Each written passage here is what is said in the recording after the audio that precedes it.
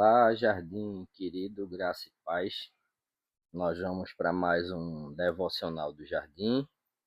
O devocional nosso de hoje, ele tem por título Obediência Libertadora.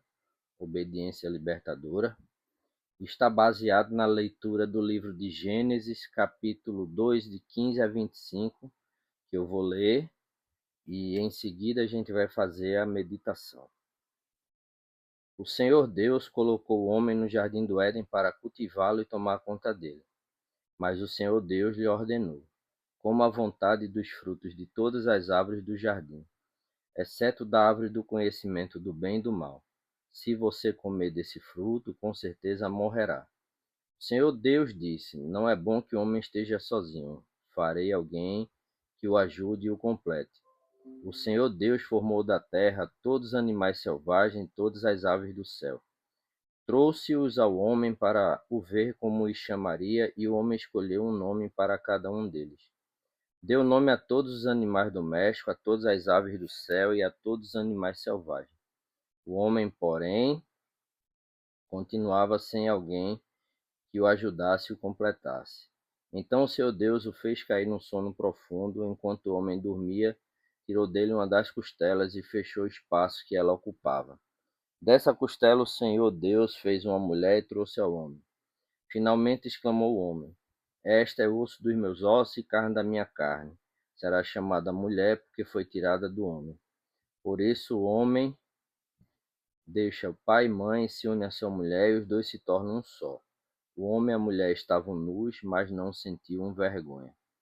E o devocional, ele traz a história de uma jovem adolescente que ela estava para ir para as Olimpíadas, né, de inverno de 2022, mas aí ela era uma patinadora e praticamente não tinha ninguém tão boa quanto ela.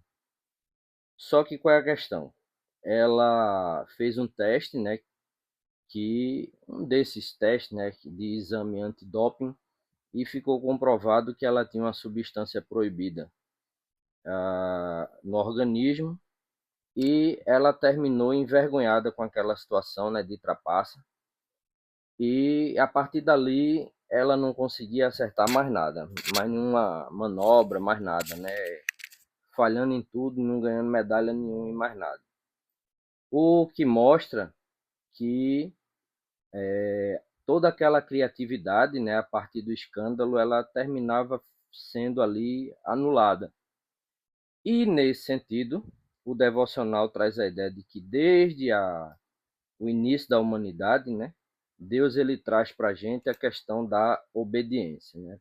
Ele coloca ali o homem num jardim, que muitos chamam de paraíso, um jardim, o jardim do Éden, com tudo acessível a ele. Estava com fome, bastava ir numa árvore, pegava uma fruta, comia. Estava com sede, bebia água que vinha, né, dos rios, da criação de Deus. E Deus providenciou para ele até uma companheira, né, para que ele não se sentisse só. Mas a gente sabe que pelo relato, o que é que vai acontecer? Com o relato, a gente tem a desobediência. A continuação do relato, a gente tem a desobediência, né, que a serpente consegue ali enganar a mulher enganada pela serpente come do fruto, o único fruto, né, que Deus ele pediu para que não comesse, e dá de comer ao homem, e ambos pecam, né? Pecam ali pela desobediência. E o texto ele diz assim, né, que Deus ele tinha dito aos dois: comam à vontade dos frutos de todas as árvores do jardim, exceto uma. E não somente tentados ali, enganados pela serpente, mas também pensando que seus olhos se abririam e eles seriam como Deus, ou seja, a cobiça, né? O desejo ali de ser como Deus leva homem e mulher, perdão, a pecarem e comerem da árvore proibida do conhecimento do bem e do mal. Resultado disso, pecado, vergonha e morte. Porque a gente até falou disso, né, na nossa vigília de Pentecostes, a gente falou que com a desobediência, não somente homem e mulher, eles pagam por esse pecado, mas a própria criação. Lembrando, né, que quando Deus está dando as sentenças ali para homem, mulher e serpente, ele diz assim para Adão: maldita é a terra por tua causa. E a partir dali a terra começou a produzir espinhos, cardos e abrolhos, e o homem que tinha tudo ao seu acesso ali, ele agora teria que trabalhar para cultivar a terra, e a terra se torna meio que, vamos colocar assim, uma inimiga, né? Inimiga do ser humano. Por quê? Porque ela vai colocar dificuldades para ele ali, tirar o seu sustento. Mas veja, inimigo, não no sentido, né?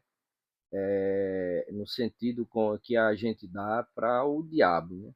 Mas é inimiga ali no sentido de opositora, né? Que vai fazer apresentar dificuldades para que ele faça, né? Ele tire ali o seu sustento.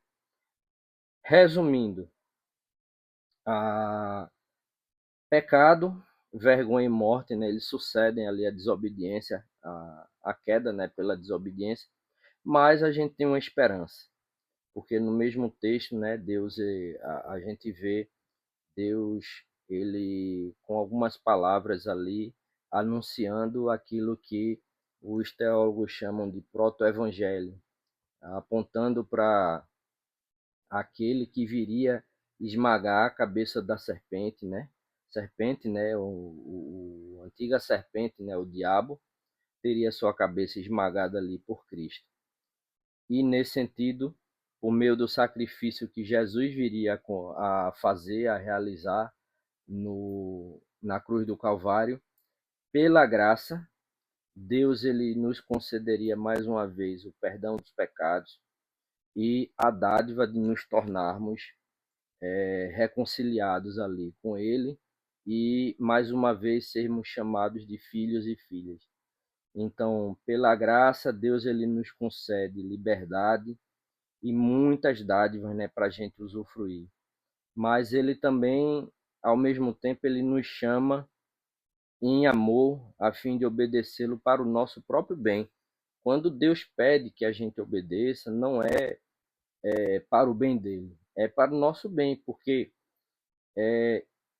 Deus, ele sem mim, sem você, ele continua sendo Deus. Mas eu e você, sem Deus, a gente não é nada.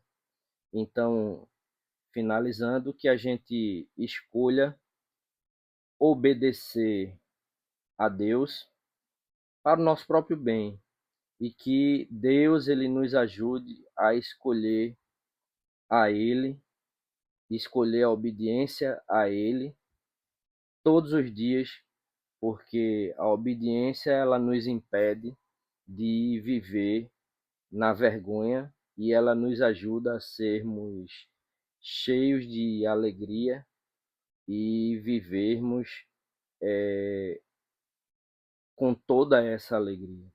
Então, que Ele nos abençoe, nos guarde e nos ajude a seguirmos obedientes à Sua santa palavra, em nome de Jesus. Amém? Vamos orar. Deus, nós te louvamos por tudo.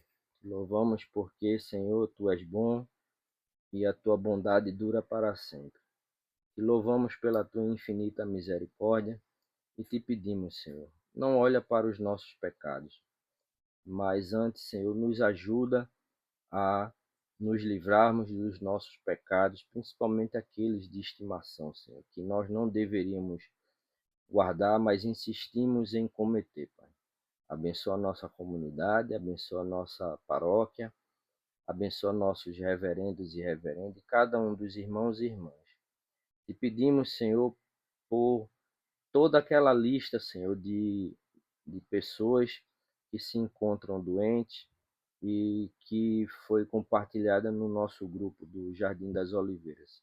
Vai restaurando a saúde de todos e todas, vai abençoando a nossa comunidade para que todos aqueles e aquelas que estão fora de nossa comunidade possam ver, a partir de nós, a tua luz refletida, Senhor. Dá-nos um resto de noite tranquila, com um sono reparador, e é assim que eu te oro e te agradeço, em nome de Jesus. Amém. Amém, irmãos e irmãs, é isso. Fiquem com Deus e até o nosso próximo devocional, para a glória e honra de Jesus, se Ele assim o permitir. Tchau, tchau.